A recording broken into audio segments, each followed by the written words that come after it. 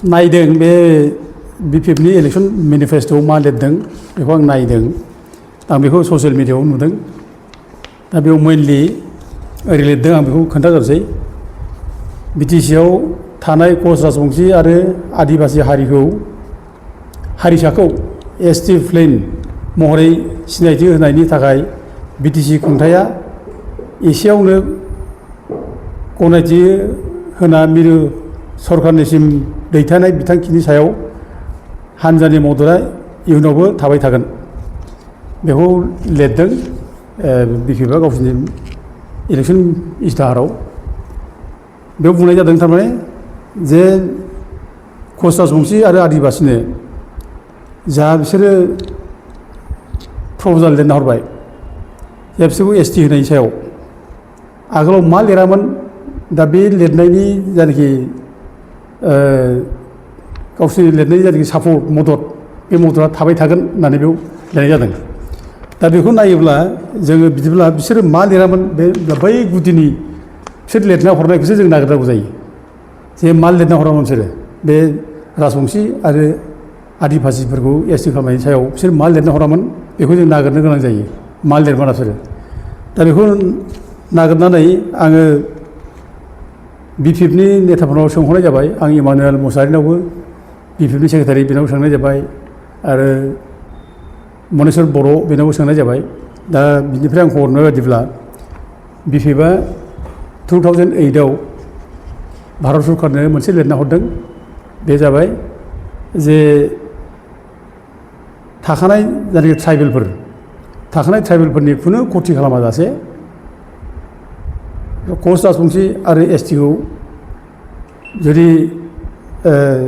आदिबासिखौ जुदि ST बानायोब्ला जों बेयाव मदद खालामगोन जों बिनि सायाव बिरोधि खालामा होननाय बिदि मोनसे प्रस्ताबसो लिरना हरदों बे बाथ्राखौ बिथांमोना बुंदों आं बिथांमोना मिथिदों दा बेनि बादै आंनाव बे गुबुन मोनसे बिसोरनि आगोलाव हरनाय रेकर्ड गैया दा बिदिबा क्लियार जे थाखानाय ट्राइबेलफोरनि जायनाखि खथाफोर मोनथायफोर बे मोनथाया खथिया जासे कच राजबंसिफोरनो आरो आदिबासिफोरनो ST होनायाव BPFआ बादा गैया जों मदद खालामगोन बेखौ होननाय जाबाय नैबे माबानि गेजेराव जायनाखि इलेक्शन इस्ताहार बेखौ बुंनाय जाबाय बे रोखा जाबाय दानिया फैदो जे राजबंसि आरो सावथाल बा 6 जन'गोष्ठीफोरखौ जे जोङो माबे समाव बिसोरखौ ST जाहोनांगौ होननानै बुंबोआ दा बेखौ जों एसे नायनि दा जों नुदों दा बे 6 जन'गोष्ठीखौ आसामाव ST होनांगौ होननाय बाथ्राया दिनै राजनितिनि मोनसे एजेन्डा बायदि जाबाय पार्टिफ्रा आफादफ्रा बिसोरनो ST होनांगौ बुङो बयबो बुंगासिनो दङ दा खिन्थु ST होनाय जायाखै दा सोर आफादा बिसोरनो ST होनांगौ होनना बुंदों दा बेखौ आं एसे फारि खोन्थालांनो सानदों दा नैबे दुलाराय बर' फरायसा आफादनि बे रिजलिउसन बे 19/6 मार्च मासनि 2006 19 तारिख मार्च 2006आव बे लिरनाय बे बड'फा हाउस बे बागानजों थानाय बेनिफ्राय लिरदों बेखौ लिरदों रोनगोरा नार्जारि ओमफ्राय बे लिरदों आक्रासनि प्रेसिडेन्ट बिश्वजित रय बिसोरो आक्रासजों जयेन्टलि मिटिं जादों बे जयेन्ट मिटिं जानायाव बेयाव मोनसे प्रस्ताब लादों बिसोरो बे प्रस्ताबा जाबाय नैबाव आं फरायना होनि रिजलिउसन नम्बर 2 आव लिरदों बेयाव ASU is in favor of the solution of the Koch Rajbangshi sibling issue as ST under the separate category without affecting the rights and privileges of the existing ST of Assam. माने कच राजबंशिनि ST जानायखौ बिसोरबो माने लुबैयो बिसोर बिदि जानाय समस्याखौ समाधान खालामनो लुबैयो होननाय जादों दा बिसोरनि ST खालामनायाव जाहाथे जायनाखि थाखानाय STफोर फिसा एफेक्ट जाया खथि जाया बिसोरनि मोनथायाव खहा जाया बे बाथ्राखौ बुंनाय जादों आरो बिसोरनि थाखाय आलादा मोनसे माने प्रिभिलेज होनानै होनांगौ बे बाथ्राखौ बे बुंनाय जादों आरोखि आलादा केटेगरियाव सोनांगौ बे बाथ्राखौ बुंनाय जादों दा अदेबानि बेयाव बुंनाय जाबाय खोथाया खुला जे राजबंशिफोरखौ ST होनायाव एबसुआबो आपत्ति गैया माथ्र जादों मा जे ST होयोब्ला जाहाथे थाखानाय STफ्रा जाहाथे खथि जाया बेल' माने ST जानांगौ बिसोरबो बेखौ बुंनाय जादों आरोखि दा बाथ्राया बेयाव जादों दा जोङो ST बानायोब्ला उइदाउट एफेक्टिं होननाय बाथ्रा थाया आरो एसटि बानायब्ला अबेबा मोनसे थाखानाय जाथिया थाखानाय एसटिया खति जाया बेबो नङा एसटि जायोब्ला खति जाखागोन एसटि माने एसटि बे आरोखि ओमफ्राय लोगोसे नोङो माने एसटि जायोब्ला बेखौ आलादा मोनसे केटेगरि खालामनानै एसटि खालामनाय बे कनस्टिटिउसनाव बे प्रभिजन गैया दा बेनिखायनो नों एसटि जायोब्ला एसटियानो जाखागोनखा आरो एसटि जायोब्ला बे जोंखौ एफेक्ट खालामगोनखा दा बिसोर नैबे स्टिकजों जे एसटि जानायखौ माने स्वीकार खालामना लानाय जादों माथो बुंनायल' जादों जे माने एसटि जायोब्ला जाहाथे जों ट्राइबेलफ्रा खति जाया माने बे मोनसे पलिटिकेल मोनसे माने कन्टेन्ट जाबाय आरोखि बे सेन्टेन्सआ बे आरोखि माने जोंखौ जाहाथे जोंनि मानसिफ्रा गाज्रि मोना बे गाज्रि मोननायखौ एसे माबानो थाखाय बेखिनि बाथ्राखौ बुंनाय जाबाय आरोखि दा बेल' जादों दा बेबायदिनो आरो बेल' नङा बेबायदि सेम स्टिकखौ दा नोङो एबसुआ उनावबो हरदों पिआर किन्डिया जेब्लानाखि माबा जादोंमोन ट्राइबेल एफेयार्स मिनिस्टारनिफ्राय एसटि एससि माबायाव जेब्ला जायो बियो बे समाव माने एबसुनिफ्राय हरदों ओमफ्राय ट्राइबेल संघआवबो हरदों जे माने खुनु एफेक्ट खालामाजासे ट्राइबेलफोरनि खति खालामाजासे एसटि सिटआव होनायाव जोंहा आपत्ति गैया बे बाथ्राखौ बै समावनो बुंबोखानाय जादों आरो इभेन प्रमद बर'आबो बे बाथ्राखौ जेब्लानाखि बे चिफ जायो बिटिसिनि बे समावबो बेखौ बुंदों आरो हरदों आरो बिनि बादैबो दा आसाम गभर्नमेन्टनिफ्रायबो तरुन गगৈ मन्थ्रि थानाय समाव चिफ मिनिस्टार थानाय समाव गोबां बेबादिनो प्रप'जाल हरदों केबिनेट डिसिसन लानानै बिसोरबो हरदों एसेमब्लियाव इभेन बिसोर माने माबा खालामनानै एसेमब्लि मोनसे कमिटि दानानै स्पिकारनिफ्राय बिसोर माने प्रप'जाल दैथायहरनाय जादों जे 6 जनगोष्ठीनो एसटि होनांगौ होननाय बेखौबो हरदों दा बेबायदिनो गोबां खेब हरदों ओमफ्राय खिन्थु बे 6 जनगोष्ठीनो एसटि जानांगौ होननाय माबाया प्रप'जाला रिजेक्ट जादों बिसोर दिनै 6 बार रिजेक्ट जाबाय राजबंशीनि जानाखि प्रप'जाल बे 6 बार रिजेक्ट जाबाय बिसोर एसटि जाया होननानै बिसोर एसटि खालामनाय जानाय नङा होननानै 6 बार रिजेक्ट खालामनाय जाबाय आरो बेल' नङा तरुन गगैनि उनावबो जोंहा दा जेब्लानाखि माबा फैयो हेमन्त बिश्व शर्मा चिफ मिनिस्टार जायो बिजेपिनिफ्राय बे समावबो बिसोरबो अनेक खोथा होदों जे 6 जनगोष्ठीखौ जों बिजेपिया माव फैयोब्ला जोङो एसटि होगोन बे बाथ्राखौ हेमन्त बिश्व शर्मा जलि जलि बुंबोदों आरो बिनि बादै भारतनि नखर मन्थ्रि अमित शाह बेबो फैनानै बे बुंलांदों जे 6 जनगोष्ठीखौ जों एसटि खालामगोन बे बुंदों इभेन प्राइम मिनिस्टारबो बुंदों जों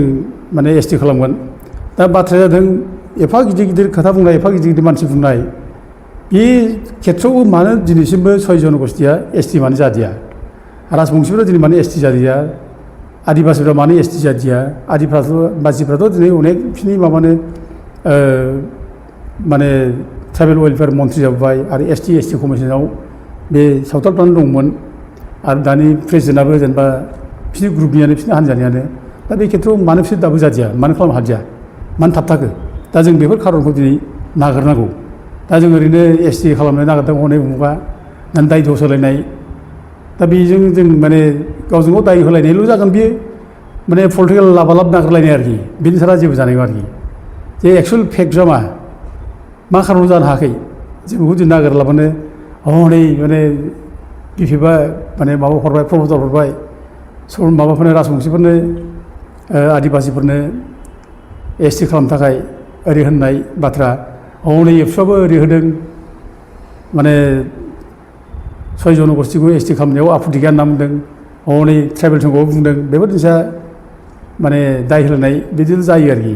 दा नंगौ बे सेन्सिटिभ इस्यु हिसाबै बे सेन्सिटिभ इस्युआव जों माखासे खोथा बुंब्ला जाथिया सेन्टिमेन्ट नाङो मोदोमाव नांलायनाय बेखिनिल' खिन्थु बिनि बादै एसटि खालामनो हागोन ना हामारा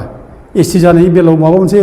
माबा दं नामा बादा दं नामा जों दिनै बेखौ नायहरनांगौ दा आं गिबियावनो बुंनो सानदों एसटि जानाय खेथ्रआव फार्स्टआव जे जोंनि संबिधाना मा बुङो आं बे संबिधानखौ एसे बुंनो सानदों नैबे माने दा कनस्टिटिउसन अफ इन्डिया बे भारतनि संबिजित बे दा बेयाव नोङो नैबे माबाखौ लिरदों बेयाव 366 आर्टिकेलनि 25 क्ल'साव लिरदों आरोखि बेयाव लिरदों scheduled tribe means such tribe or tribal communities or parts or groups within such tribes or tribal communities as are deemed under Article 342 to be scheduled tribe for the purpose of this constitution बे नायगोन आरोखि जाय ट्राइब्सफोर बे tribes बा tribal committee बेफोरखौसो tribal खालामनाय जायो आरो बिसोर ग्रुपफोर बेखौसो खालामनाय जायो आरो बेखौ माने 342 आर्टिकेल भारतनि कन्स्टिटिउसननि बेजों बिसोरखौ एसटि बानायनाय जायो ओरै होननाय बेयाव लिरनाय जादों आरोखि दा बेयावनो कुइसना फैयो ट्राइब्स होनबा सोरखौ होननाय जादों ट्राइब्सआ सोरखौ होनो आरो बे ट्राइब्सफोरखौ बोरै ट्राइबेल बानायनाय जायो दा बे ट्राइब्स होननानै बुङोब्ला बिनि डेफिनेसना बेखौ बुंनाय जायो ट्राइब्स माने थागिबि फिसा माने जायफ्रा थागिबि फिसा बिसोरो ट्राइब्स होनना बुंदों दा आसामनि खेथ्रआव जों बर'फ्रा ट्राइब्स आसामनि थागिबि फिसा एबरिजिन बे सान अफ दा सयल बेखौ होनना बुंदों आरोखि बे जायगानिनो ओमफ्राय लोगोसे असमियाव खिलन्जिया होनना बुंनाय जायो आरोखि भुमिपुत्र होननाय खोथा असमियाफ्राव बेनो खिलन्जिया जों ट्राइबेलफोर दस्राफ्रा नङा अनलि बड'स अनलि जानो ट्राइबेल्स दा जायनि थाखाय रिकगनाइज 14 ट्राइब्स आसामाव गासै 14 ट्राइबेल्स दं दा रिकगनाइज ट्राइबेल्सआ 14 आसामाव बे 14फ्राल' आसामनि भुमिपुत्र बिसोर खिलन्जिया बिसोरनो सन अफ दा सयल बिसोर थागिबि अरिजिनेल पिपल अफ दिस माने स्टेट अफ आसाम बे 14 जाथिल' आरोखि दा बिनि बादै माखासे ग्रुप फिसा फिसा दंबायो दा बिसोरो माने ओरैनो गावसिनि आइडेन्टिटिखौ लाखिनो रोङिखाय गावसिनि परिचयखौ लाखिनो रोङिखाय दस्राजों एसिमिलेट जानायखाय बिसोर ट्राइबेल जानो हायाखिसै दा बे फार्स्ट एन्ड ग्रुप्स होननाय खोथा बेयाव बेनो फैदों आरोखि बे कनस्टिटिउसनाव बुंनाया दा ट्राइब्सनि डेफिनेसना बेनो जाय माने थागिबि फिसा अरिजिन फिसा बे मोनसे जायगानि बिसोरसो ट्राइबेल जायो दा आसामाव जों थागिबि फिसा अरिजिन फिसा जोङो बे हानिनो भुमिपुत्र बेनिखायनो जोंखौसो ट्राइबेल बानायनाय जायो आरो UN चार्टारावबो बेखौनो बुंनाय दं जाय माने अरिजिन माबाफोर इनहेबिटेन्सफोर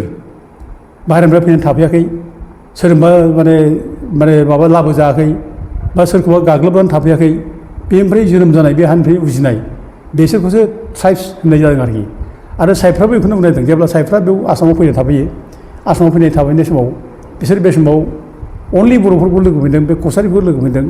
आरो बिसोरनि बे जायगानि अरिजिन मानसि बिसोरनि अरिजिन ट्राइब्स दा आहम टाउनफ्रा बिसोरो बे जायगानि अरिजिन नङा बिसोर बाहेरनिफ्राय फैनाय बिसोरो गाग्लोबनानै थाफैनाय मालाय रायजो सेरनानै थाफैनाय बिसोरो दा उथे बिसोर ट्राइब नङा बे जायगानि ओमफ्राय राजबंसि बेखौ होनना बुंदो सावथाल होनना बुंदो सावथालफ्रा दिनै बे जायगानि अरिजिन मानसि नङा सावथालफ्रा बिसोरो बाहेरनिफ्राय फैनाय जे 1929, 30, 32, 34 बेफोर समफ्राव माने बै सतनापुर माने दानि माबाफोर झारखन्ड माने बिहार इउपि बे जायगानिफ्राय बिसोर माने साइफ्रा साहा बागानाव टि गार्डेन हिसाबै लाबोदों बिसोरो दा उथे बिसोरो बे जायगानि अरिजिनेल ट्राइब नङा दा ओंखायनो बिसोर बे जायगानि ट्राइब नङैखाय बिसोर ट्राइबेल जानो हाया माइग्रेसनाव फैनाय मानसिया बिदिनो ट्राइबेल जाया दा बे मोनसे बे नैबे क्राइटेरिया आरोखि माबानि भारत संबिधाननि बे मोनसे नियम होखानाय नियम बे नियम बादियै जोङो दा बाहेरनिफ्राय फैनानै थाफैनाया ट्राइबेल जाया राजबंसिफ्रा ट्राइबेल जाया सावथालफ्रा ट्राइबेल जाया राजबंसिफ्रा मिक्स जाबाय दिनै बे बेंगलनिबावबो दङ बिसोरो बेंगलनिफ्राय फैनाय दङ आरो बिसोर बेंगलाव सेडुल कास्ट जाखाबाय कास्ट आरो बिसोर कास्ट होनना बुङो बिसोरखौ दा बेंगलाव कास्ट बिसोरो सेडुल कास्ट आरो मोनसे सेडुल कास्ट रिकगनिसन मोननाया संबिधानाव बिसोरो मोनसे स्टेटआव बिसोरो ट्राइबेल जाया आरोखि एसटि जाया दा दिनै बिसोर बेयाव फैनानैबो एसटि जाफैया बिसोर सेडुल कास्टआव बिसोर माने बेयाव मोनगोन रिकगनिसन मोनगोन OBC मोनगोन आदार बेकवार्ड क्लासाव मोनगोन खिन्थु बिसोर ट्राइबेल जाया आरोखि बे कनस्टिटिउसनाव बे गैया दा सावथालफ्रा बाहेरनिफ्राय फैनाय बिसोरबो जाया दा बे रोखोम जुदि जायोब्ला सोरबा माइग्रेसनाव फैनानै जुदि ट्राइबेल जालायनाय जायोब्ला दा दिनै बर'फ्राबो बा ट्राइबेलफ्राबो गोबां दङ जायफ्रा दिल्लीयाव थाहैनाय दङ सोरबा बम्बाइआव केलकाता थाहैनाय दं अब्ला बिसोरखौबो नोङो ट्राइबेल स्टेटास जानांगोन जाय माइग्रेसन थाहैनाय दा उथे बेफोर ग्राउन्डआव जाय माइग्रेसनाव फैनाय बे माने ट्राइबेल जाया दा बेफोर ग्राउन्डआव दिनै जायफ्रानोखि ट्राइबेल जानो नागिरदों बे ग्राउन्डनि थाखायनो नैबे कनस्टिटिउसननि थाखाय बिसोर जानो हाया दा बिनि बादैबो आरो मोनसे माने माबाबावदों 1965आव UN BN लकुर होननाय 1965आव BN लकुर होननाय बेनो मोनसे माने कमिटि दाना होनाय जादों आरोखि बे STफोरखौ बोरै बोरै खालामनाय जायो आरो बेखौनो लकुर कमिटि होननाय जादों 1965आव लकुर कमिटि दाना होनाय जादों बे लकुर कमिटिया डिटेल्स मोनसे रिपर्ट होनाय जादों ट्राइबेला सोरखौ बानायनाय जायो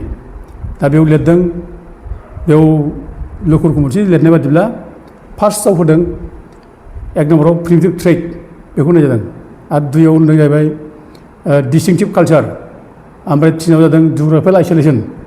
ओमफ्राय सारियाव जाहैबाय ओमफ्राय साइनेस अफ कन्टेक्ट विथ आदार कमिउनिटिस विथ लार्ज दं आरोखि। ओमफ्राय फार्स्टआव जाहैबाय माने बेकवार्डनेस, बे मोनबा क्राइटेरिया थाथारनांगोन एसटि जानोब्ला। आरो बे लकेल कमिटिया जा रिपर्ट होदों, बे लकेल कमिटि रिपर्टखौ माने मानगोनां भारतनि माने जौसिन बिसारसालि सुप्रिम कर्टआ बेखौ माने पास खालामना होदों आरोखि। दा दिनै लकेल कमिटिनि जानाखि माने रिपर्ट, बे रिपर्टआ जुदिबा कनस्टिटिउसनाव गैया, बे कनस्टिटिउसनाव गैयाबो दिनै भारतनि माने माबाया जिहेतु सुप्रिम कर्टआ बेखौ पास खालामनानै जाबाय जेब्ला, अर्डार होनानै जेब्ला, बेनो दिनै आयेन जाबाय। आरो बे आयेनखौ दाननो हाया, बेखौ मानिथारनांगौ आरोखि। बे लकेल कमिटि मोनबा क्राइटेरिया बे एखेबारे मास्ट आरोखि नों एसटि जानोबा। बे मोनबा क्राइटेरियाखौ नों फुलफिल खालामबासो नों एसटि जानो हायो, बेखौ नों फुलफिल खालामबा नों एसटि जानो हाया आरोखि। दा नों दिनै बे डिस्टिंक्टिभ माने माबा आरोखि प्रिमिटिभ ट्रेड होननाय बाथ्रा जाबाय। प्रिमिटिभ ट्रेडआ सोरहा दं? दा जोंनि खेथ्रआव जों बुंनो हायो गुबुन गुबुन ट्राइबेलफ्राबो थानो हागौ प्रिमिटिभ ट्रेड थागोन। दा प्रिमिटिभ ट्रेड गोदो गोदाय जुग जुगनिफ्रायनो जायफ्रानोखि फोथायबोयो, दा बर'फ्रा बिदिनो गोदो गोदाय जुगनिफ्राय फोथायबोनाय दङ माखासे प्रिमिटिभ ट्रेड, जेनेबा दै बारब्ला दै गासोमनो हामा होननाय खोथा, बेफोरो दै बारब्ला खुलुमना बारनाय, दैयाव सुवा जायो, माने मा होनो बेखौ दै बिमा बे माने बोराबो होनलायनाय खोथा। दा बेफोर प्रिमिटिभ ट्रेडआव गोलैयो। आरो जेनेबा नोङो बर'फ्रा फोथायो गोदो हाग्रा बंग्रा थानायमोन, जेनेबा नोङो हाग्राफ्राव थांब्ला सुवा गोनां मानसिफ्रा बेखौ माने मैदेरा होसोयो होननाय बाथ्रा। सुवा गोनां मानसिया हाग्रायाव थांनो हाया, बेखौ मैदेरा होसोयो। दा बेबायदि माने बिसासजोंनो बर'फ्रा समाजाव मोजां दाबोदों आरोखि। सुवा सिथि गोनां जाथियावबो गैयामोन आरोखि, गोथारै थायोमोन आरोखि। समाजा बेखौ मोजाङै मानिनानै सोलिबोदों। आरो लोगोसे सुवा गोनां न'खर, जुदि सोरबा न'खर दंब्ला, माने गाज्रि सोमोन्दो गोनां हौवा हिन्जावनि गेजेराव सुवा गोनां बिदि सोमोन्दो गोनां दंब्ला, बे न'खर दाउखा गाबो होननाय फोथायनाय, बेफोर जिनिसा प्रिमिटिभ ट्रेड आरोखि। गोदो गोदाय बेफोरजोंनो बर'फ्रा सोलिबोदों। आरो गोबां माने बिदिनो प्रिमिटिभ ट्रेड बर'नि गेजेराव दङ। दा आं बे उदाहरन होनाय जाबाय। ओमफ्राय डिस्टिंक्टिभ कालचार होननाय जाबाय। डिस्टिंक्टिभ कालचारा जोंहा डिस्टिंक्ट मोनसे कालचार दं बर'फ्रा। दा जोङो जेनेबा एम्फौ फिसिनो रोंगौ, गोदो गोदायनिफ्राय जों एम्फौ फिसिदों। माने मानसिया जेब्लानाखि जन्म जायो, बे जन्म जानायनि उननिफ्रायनो बर'फ्रा माने एम्फौ फिसिनानै गावनि लाजिनायखौ फांथेनो थाखाय खुन्दुं दिहुननानै जि दाबोदों। बिराद गिदिर मोनसे बर'फोरनि माबा बियो एखेबारे, जेराव साइन्सआनो डेभेलप जायाखै, साइन्सआनो जेराव गैया, इन्डास्ट्रि जेराव जेबो गैया, बे समाव बर'फ्रा गावनो हारसिंनो एम्फौ फिसिनानै एम्फौनिफ्राय खुन्दुं दिहुनदों, खुन्दुं दिहुननानै जि दादों लुदों। बे कालचार आरोखि जोंनि माने डिस्टिंक्टिभ कालचार। जों मोजां मोजां आगर आखाइ लुनानै जों माने गाननाय जोमनाय देलाय मालाय थानो रोंदों। बे जोंनि डिस्टिंक्टिभ कालचार। दा बिनि बादैबो जोंहा माने जिब जुनारखौ जों माने माबानानै जानाय, फिसिनानै जालायनाय, अमा फिसिनाय, अमा लिंहरनो गोरों, जों ज' ज' अमा खारबोनाय, दाउ ग्रि ग्रि माने माबा खारबोनाय, बेफोर जोंनि माने डिस्टिंक्टिभ कालचाराव बेफोर गोलैयो आरोखि। दाउखौ जों आरामसे आदार होनानै लिंहरनो हायो, अमाखौ जों आराम आदार होनानै लिंहरनो हायो। बे जोंनाव बर'फोरनाव बेफोर कालचारा दङ। आरो बिनि बादैबो जोङो माने माबानाय ना हमनायनि आइजें आइला बानायनाय, माने खाखि, सेन सानाय, खखा सानाय, बेबायदि। ओमफ्राय बे हाग्रा बंग्रायाव जिब जुनार साना जानाय, एन्जरफोर बायदिसिना एन्जर सानायनि माबा आइजें आइलाफोर, बेफोरो जोंनाव बेफोर जिनिसा जोंनाव दङ। दामनाय देनाय, मोसानाय मुसुरनाय, जोंनाव बे डिस्टिंक्टिभ कालचार जोंहा दङ। आरो बिनि बादै नों दाना फैदो जेनेबा जिअग्राफिकेल आइसोलेसन। बे जिअग्राफिकेल आइसोलेसना बर'फ्रा थख' मोनसे जायगायाव थानो मोजां मोनो, ज'नो थानो मोजां मोनो, ज' थालायनो मोजां मोनो, ज'नो थायो बर'फ्रा। दा बे जिअग्राफिकेल आइसोलेसन। ओमफ्राय साइनेस अफ कन्टेक्ट विथ आदार कमिउनिटिस, माने विथ लार्जार, माने गुबुन जाथिजों माने रायज्लायब्ला लाजिनाय, गुबुन जाथिया फैब्ला खाथियाव माने थादेरनो लाजिनाय, जायगा हगारना होनाय, बे जिनिसा जोंनाव दङ आरोखि। साइनेस अफ कन्टेक्ट जोंहा बे जिनिसा गैया, मालायजों रायज्लायनो हाया जोङो। दा जोंल' नङा, गोबां ट्राइबेलानो बिदिनो गावबा गाव माने ट्राइबेल माने गावनि भाषा दं, प्रिमिटिभ भाषा, गोदो गोदाय रायज्लायबोनाय। बे भाषा मालायजों मिलाया। दा मिलायैनि खारनाव मालाय जाथिजों जों रायज्लायनो हाया, मालायजों गोरोबनो हाया। बेखायनो सोरबा जाथिया फैयोब्ला जों जायगा हगारना होयो, बिसोरनि खाथियाव जों थाजाबा। बे जोंनाव साइनेस अफ कन्टेक्ट बे जिनिसा दङ आरोखि। ओमफ्राय बेकवार्डनेस मोनसे जाबाय, लास्टआव बेकवार्डनेस। जों बिराद बेकवार्ड गोग्लैसोनाय सानै जाथि। दा बेफोर मोनबा क्राइटेरियानि गेजेराव दा राजबंशियाव मोनसेबो गोलैया। दा जेनेबा नोङो बे डिस्टिंक्टिभ कालचारफ्रा गैला, प्रिमिटिभ ट्रेडारफ्राबो दिनै जोबलांबाय। दिनै दा बेफोर कारनाव बिसोर एसटि जानो हाया आरो दिनै आदिबासिफोर आंथ' दहाय आदिबासि सावथालनि खोथाखौ नैबे कनस्टिटिउसनाव बाथ्रा बुंखाबाय बेयावनो बिसोर माइग्रेसनाव फैनाय बिसोर जानो हाया बे जायगानि अरिजिन थागिबि जानांगौ होननाय बाथ्रा बे दा मोनसे राजबंसिफोरा बे माने बिसोरबो नोङो बे क्राइटेरिया बिसोरनाव फुलफिल जाया आरो नोङो माने थाइ आहमफ्रा नैबे कनस्टिटिउसनाव बेखौ होबथाखायो फिसा प्रिमिटिभ ट्रेड डिस्टिंटिभ कालचार बेखौ दोनथ'दो बे नैबे कनस्टिटिउसनाव जायनाखि मा होनाय दङ 366 साब क्लज 25आव बेबादिनो बिसोर बे जायगायाव फैनानै एसटि जानो हाया हाजार बिथों बिसोरो बे एसटि मोना आरोखि माने बिसोर बे जायगानि मानसि नंखाया नालाय एग्रेसन खालामफैनानै थाफैनाय बिसोरो जोंखौ माने गाग्लोबनाय रायजो खुंनानै थाफैनाय ओंखायनो बिसोर मोना आरोखि दा बेफोर कारनाव दिनै बे 6 जनगोष्ठीया जे एसटि जाया बेखौ जों दिनै बुंबाय थादों आरो जाया आरो जों बे कच राजबंसि बाथ्राखौथ' आगोलाव जों बुंबाय थादों कच राजबंसि बाथ्राखौ बिसोर माने क्राइटेरिया गैया बिसोरा क्राइटेरिया गैयैखाय जाया होनना जों बुंबाय थादों दा जुदि बिथांमोना क्राइटेरिया मिलायोब्ला जायोब्ला क्राइटेरिया फुलफिल जायोब्ला मोनोब्ला जोंहा बुंनांगौ बाथ्रा गैया जेबो सोरहाबा जुदि क्राइटेरिया फुलफिल जाना जुदि एसटि जायोब्ला मोन्थों जों बेखौ बुङा खिन्थु बिसोरा क्राइटेरिया मिलियैखाय बिसोर एसटि जानो हाया दा दिनै राजबंसिनि बाथ्राया दिनै बिसोरो आन्दलन खालामदों मैया आन्दलन खालामदों राजबंसिफोरा बिदि होननानै जे दिनै नैबे हाग्रामामोन बे लिरना हरनायखौ जे आन्दलन खालामदों बे बाथ्रायाथ' एकदम नंखाथारा बे जिनिसा बे ओरैनो दाय होलायनानै बुंनो स्कप लानाय आरोखि बे नै हाग्रामा लिरना हरबाय नालाय बे बिपिएफ लिरना हरबाय नालाय आन्दलन खालामबाय बाथ्रा बे नंखाथारा बेखौ ओरैनो बानायनानै बुंलायनानै बोरैहाय माने माइलेज बोरै लानो हायो एडभान्टेज बोरै माने बेखौ डाउन खालामनानै बोरै माने बिदि मानसिखौ बोरै माने सेनानै लानो हायो जेरै गावस्रा माने राजनिथिनि जायनाखि एडभान्टेज मोनो बेनि थाखाय बे बाथ्रा बुंनायल' आरोखि राजबंसि आन्दलनथ' मैयानि खोथा नङाना राजबंसि आन्दलनखौ जों खुन 1986 जों लोगो मोन्दों दा गथे बे माने राजबंसिखौ लानानै बा सोरबा 6 जनगोष्ठीखौ लानानै जोङो माने बे बिपिएफआ माबा लिरना होनायखाय होदों बे नङा आरो बे हयथ' सोरबा बिजेपि बा सोरबा कंग्रेसआ माने माबा खोथा होनायखाय होदों बे नङा बिसोर ओरैनो जास्ट पलिटिकेल माबा हिसाबै लाब खालामनो थाखाय बिसोर पलिटिकेल बेनिफिट लानो थाखाय बिसोर खोथा होदों जे जों 6 जनगोष्ठीखौ जोङो एसटि खालामगोन मागोन बेखौल' बुंनायखौ जों मिथियो आरोखि जों बुजिनो हायो खिन्थु एसटि जानायनि खुनु माबाखौनो जों नुवा आरोखि